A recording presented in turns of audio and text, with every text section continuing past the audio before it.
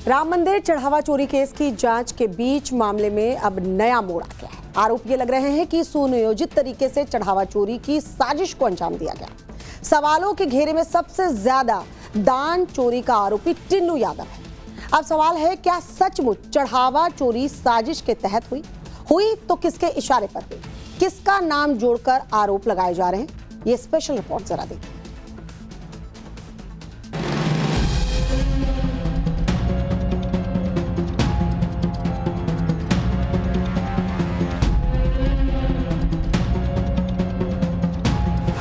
क्या टिन्नू यादव के नाम पर अखिलेश को बदनाम किया जा रहा है?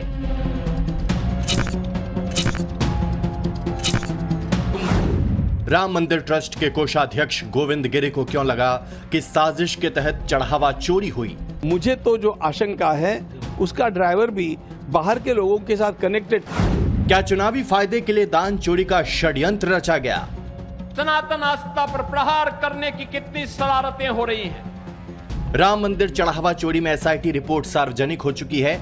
रिपोर्ट में एक एक परतें खुल गई हैं कि कैसे चोरी हुई, कौन कौन शामिल है, किस तरह से चढ़ावा चोरों ने रकम को ठिकाने लगाया। सब कुछ एसआईटी की प्रारंभिक रिपोर्ट में दर्ज है। दूसरी तरफ ट्रस्ट की ओर से चंपत राय और अनिल मिश्रा की छुट्टी कर दी गई है।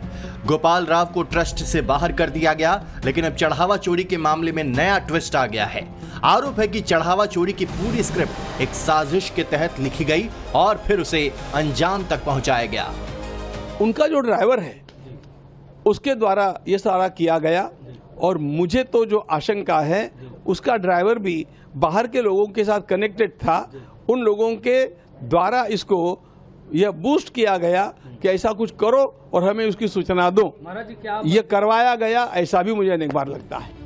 तो क्या सचमुच राम मंदिर को बदनाम करने के लिए चढ़ावा चोरी की साजिश रची गई? गोविंद देव गिरी जिस ड्राइवर की बात कर रहे हैं वो टिन्नू यादव है, जो चढ़ावा चोरी का आरोपी है। एसआईटी की रिपोर्ट में पेज नंबर 8 में टिन्नू यादव की भूमिका पर सवाल उठाए गए हैं। एसआईटी ने अपनी रिपोर्ट में लिखा है कि टिन्नू यादव को दान पात्र की चाबियां रखने का अधिकार नहीं था, लेकिन टिन्नू यादव दान पात्र की चाबी अपने पास रखता था। एसआईटी ने रिपोर्ट में कहा कि बिना औपचारिक अधिकार के चाबी रखना अनुचित था। रिपोर्ट के मुताबिक टिन्नू यादव ने अपने भतीजे मनीष यादव को काउंटिंग के काम में लगाया, जिसके बाद मनीष यादव को भी चढ़ावा चोरी का मौका मिला। इसे टिन्नू यादव के रिश्ते अखिलेश यादव के साथ भी जोड़े जा रहे हैं। आरोप लगाया जा रहा है कि टिन्नू यादव और अखिलेश यादव के बीच फोन पर बात हुई। दावा किया जा रहा है कि राम मंदिर बनने के बाद से अब तक दोनों के बीच करीब 900 बार फोन पर बात हुई। सोशल मीडिया में यह भी दावा किया जा रहा है कि गिरफ्तारी से एक दिन पहले टिन्नू और अखिलेश के बीच फोन पर 3 बार बात हुई। बीजेपी सांसद निशिकांत दुबे ने एक पोस्ट को रीपोस्ट करते हुए अखिलेश यादव पर आरोप लगाए, जिसके बाद अखिलेश यादव ने सोशल मीडिया पर पोस्ट करते हुए निशिकांत दुबे को 10 मिनट के भीतर झूठे पोस्ट को डिलीट करने को कहा और मुकदमा दर्ज करने की बात कही। अखिलेश यादव की चेतावनी पर निशिकांत दुबे ने लिखा, जल्दी करिए, इतना परेशान क्यों हैं? प्रश्न ही तो पूछा है। 1990 में राम भक्तों पर गोली किसने चलवाई? मैं अदालत जाऊंगा। जो बात निशिकांत दुबे ने कही, वैसा ही दावा बीजेपी प्रवक्ता अजय आलोक ने भी किया। बीजेपी के इन आरोपों के बाद समाजवादी पार्टी गुस्से में है। निशिकांत दुबे के खिलाफ लखनऊ और इटावा में मुकदमा दर्ज कराया गया है। मर्यादा पुरुषोत्तम भगवान राम के यहाँ हुआ कुकर्म को छिपाने की साजिश है, इसलिए अगर वो ट्वीट डिलीट कर दिए होते तो हमें थाने आने की जरूरत नहीं पड़ती। इसलिए हम लोग चूंकि रूल ऑफ लॉ पे पूरा भरोसा करते हैं, तो हमने एप्लीकेशन दिया है कि निशिकांत दुबे के खिलाफ क्रिमिनल डिफेमेशन एक्ट के तहत कार्रवाई हो। समाजवादी पार्टी नेता पवन पांडे ने बीजेपी को चैलेंज किया है। चढ़ावा चोरी का मामला एक्सीडेंटल था या षड्यंत्र? कई हिंदू धर्मगुरु भी इस मामले में साजिश का ही आरोप लगा रहे हैं। वर्तमान का युग कलयुग से ज्यादा छल युग चल रहा है। इस छल युग में सावधान रहना। वर्तमान समय में संतों पर, महंतों पर, मठों पर, मंदिरों पर प्रायोजित तरीके से, सुनियोजित तरीके से श्रद्धा घटाने के लिए एवं इनके ऊपर आस्था गिराने के लिए इस तरह के षड्यंत्र भी चल रहे हैं। चढ़ावा चोरी षड्यंत्र मामले में जो भी आरोप लग रहे हैं और जो दावे किए जा रहे हैं, टाइम्स नाउ नवभारत उनकी पुष्टि नहीं करता है।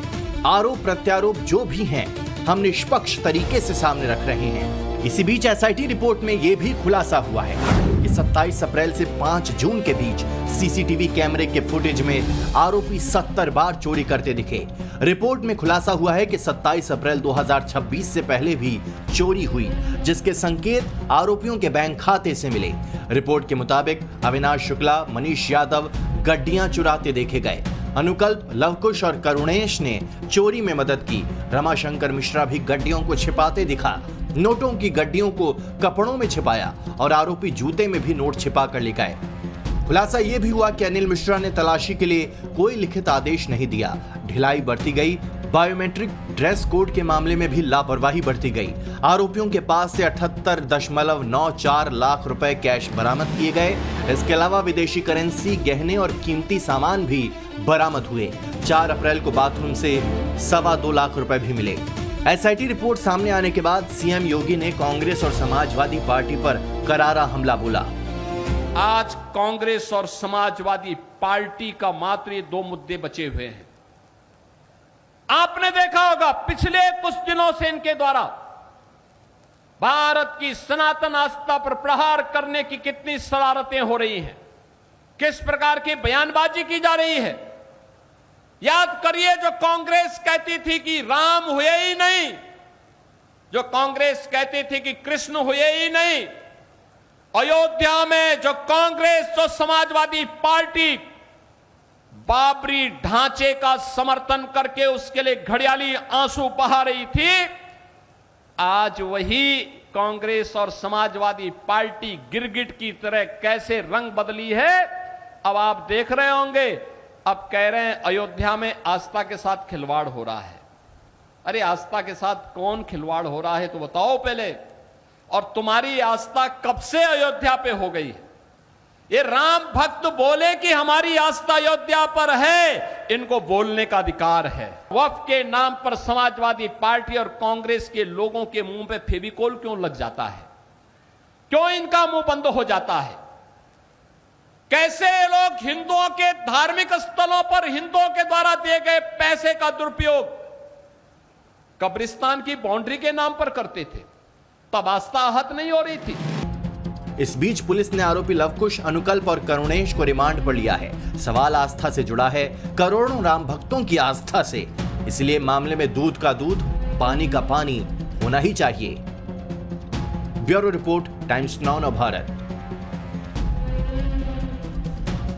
और अब बात मानसून की। इस साल मानसून ने भले ही देरी से दस्तक दी, लेकिन जब इसने रफ्तार पकड़ी तो बारिश की फुहार आसमान से बरसी आफत में बदल गई है। देश के कई राज्यों में इस वक्त मानसून का रौद्र रूप देखने को मिल रहा है।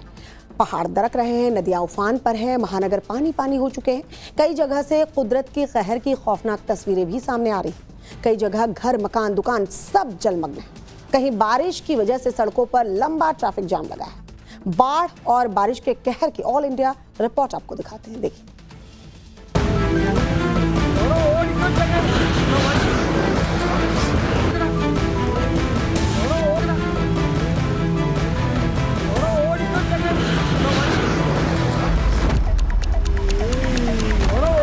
यकीन मानिए, सैलाब का ऐसा जोर शायद ही आपने देखा होगा।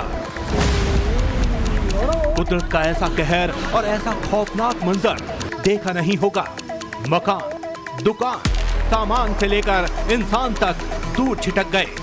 भारी भरकम टैंकर तिनके की तरह छिटक गया।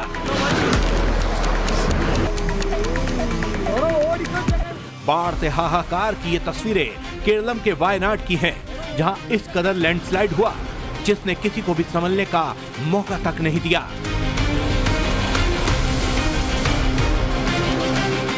हादसा कल्लाड़ी स्थित मीनाक्षी